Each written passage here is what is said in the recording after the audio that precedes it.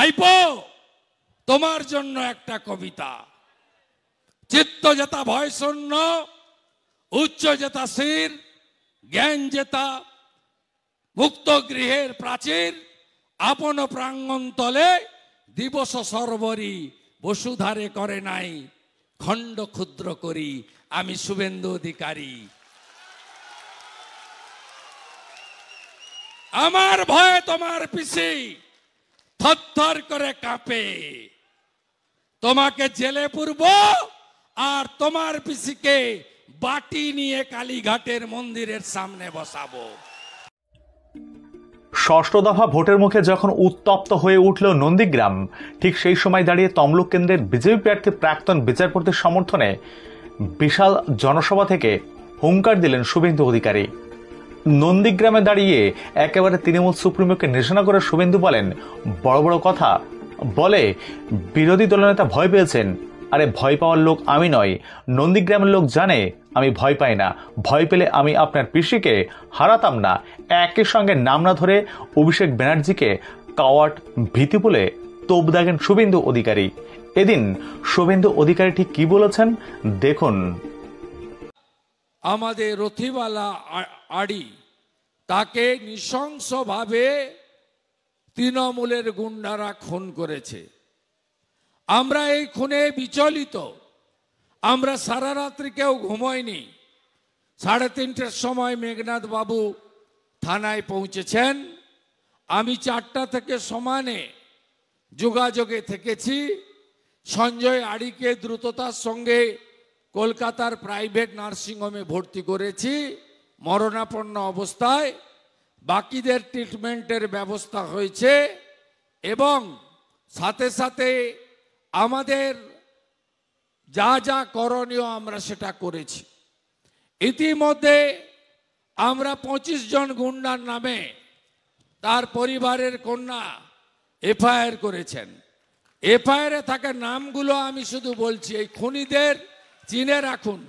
খোকন শেখ, দেবু রায়, Abdul Alim Al-Rajhi, Sheikh Tajamul, Sheikh Sanaullah, Sheikh Nazmul Islam, Sheikh Mansur Ali, Sheikh Mannan, Sheikh Ariful Alam, Sheikh Sufian, Sheikh Shamsul Islam, Sheikh Ainul হক, ফিরোজ মল্লিক, বাবুল আক্তার, বাবুল তাজমুল খাঁ, শেখ জাহাঙ্গীর, উত্তম প্রামাণিক, সমীরণ দাস, বাবু ওঝা, Vishnu Bhuiyan, Krishnakanta seat, Ratan দোলই, আমিরুল ইসলাম, শঙ্কর ধাড়া, এই 25 জন খুনি। আর এই খুনিদের যিনি উস্কানি দিয়েছেন তার নাম হলো কয়লা ভাইপো। মমতার আলালের দুলাল, বালি খায়, গরু পাচার করে, কয়লা খায়, টাকা টাকা টাকা। কালকে হেলিকপ্টার থেকে করে এখানে এসেছিল পুলিশের সৌজন্যে মিটিং করতে। কালকে আমতা উদয়নারায়ণপুর হাওড়া থেকে গাড়ি করে লোক নিয়ে এসেছিল, নন্দীগ্রামের লোক ছিল না। নন্দীগ্রামের লোক বর্জন করেছে লোকালদের। বড় বড় কথা কি বলছিলেন কালকে, যে বিরোধী দলনেতার বাড়িতে পুলিশ গেছিল, উনি ভয় পেয়েছেন। আরে ভয় পাওয়ার লোক আমি নই। নন্দীগ্রামে লোক জানে আমি ভয় পাই না।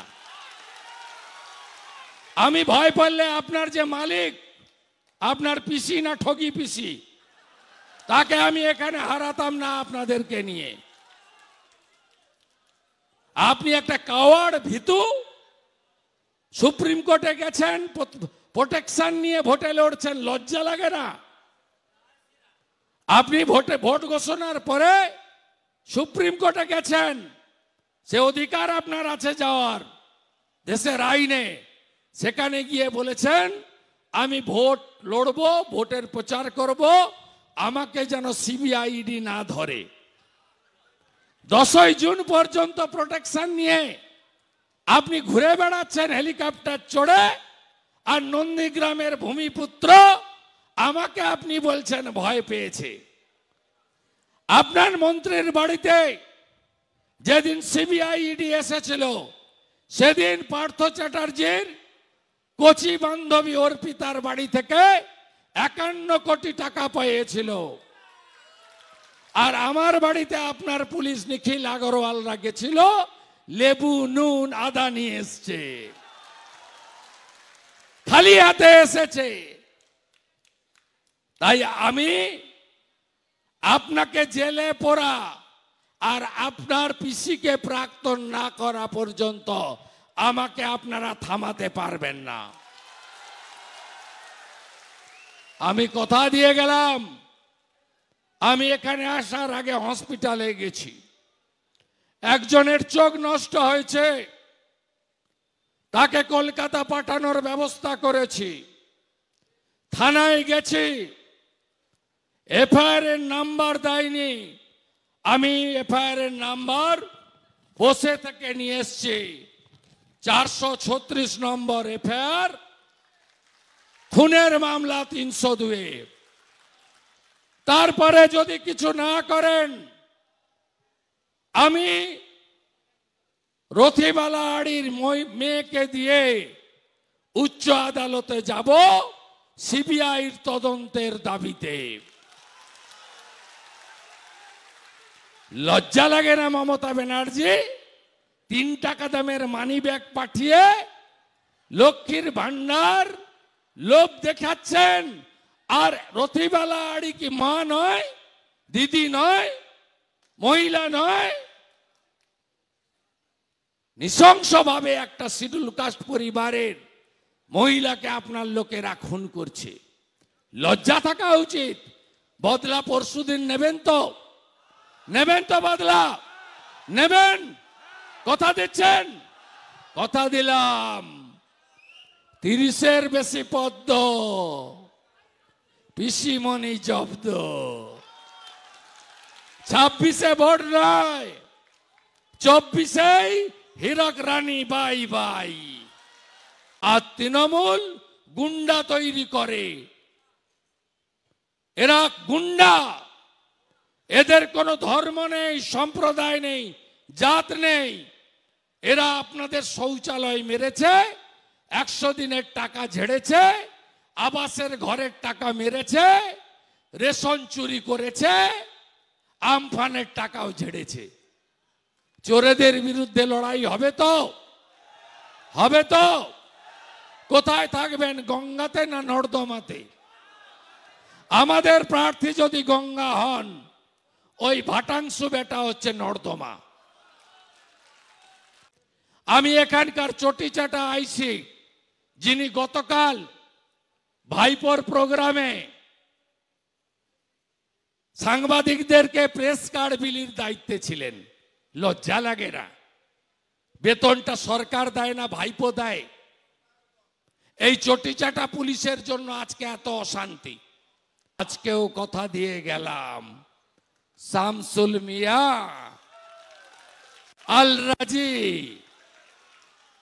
দেবু খোকন, আপনাদেরকেও জেলের ঘানি টানতে হবে। আর গতকাল উস্কানি দিয়ে গেছেন যিনি, কয়লা ভাইপো, তোলাবাজ ভাইপো, এই ভাইপোকেও উস্কানি দাতা হিসাবে আইনের আওতায় আনার জন্য আমাদের লড়াই চলছে, চলবে। আপনারা কে কে চান ভাইপো জেলে যাক? সবাই চান তো?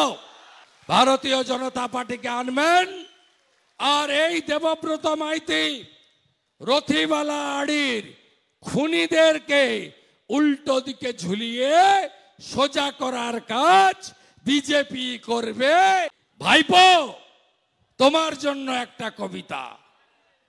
চিত্ত যেতা ভয় শূন্য, উচ্চ যেতা শির, জ্ঞান যেতা মুক্ত গৃহের প্রাচীর, আপন প্রাঙ্গণ তলে দিবস সর্বরি বসুধারে করে নাই, খণ্ড ক্ষুদ্র করি আমি শুভেন্দু অধিকারী। আমার ভয়ে তোমার পিসি থরথর করে কাঁপে। তোমাকে জেলে পুরব আর তোমার পিসিকে বাটি নিয়ে কালীঘাটের মন্দিরের সামনে বসাবো। জয় শ্রীরাম, জয় শ্রীরাম।